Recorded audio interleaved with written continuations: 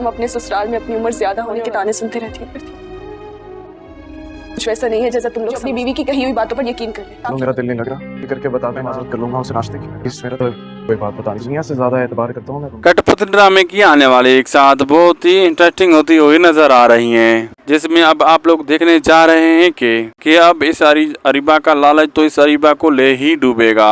इतने लोगों के साथ खेल लेने के बाद भी इस अरीबा का दिल नहीं भरेगा और अब तो वो अयान से हर हाल में अपनी जान छुड़वा लेना चाहती हैं और अरुण से शादी करके वो अपनी ऐशो इशरत से जिंदगी गुजार लेना चाहती हैं। लेकिन अब उसे क्या मालूम था कि अब उसके सारे ही ख्वाब टूटने वाले हैं, क्योंकि अयान खुद ही अरुण को सारी हकीकत बताएगा कि किस तरह से ये अरीबा आज तक सबके जज्बात से खिलती आ रही हैं। और अब जब अरुण को देखा और उसकी दौलत को देखा तो उससे शादी करने का फैसला कर लिया और ये अरुण भी अब बिल्कुल उसी तरह से अरीबा से धोखा करेगा जिस तरह से इसने सबके साथ किया।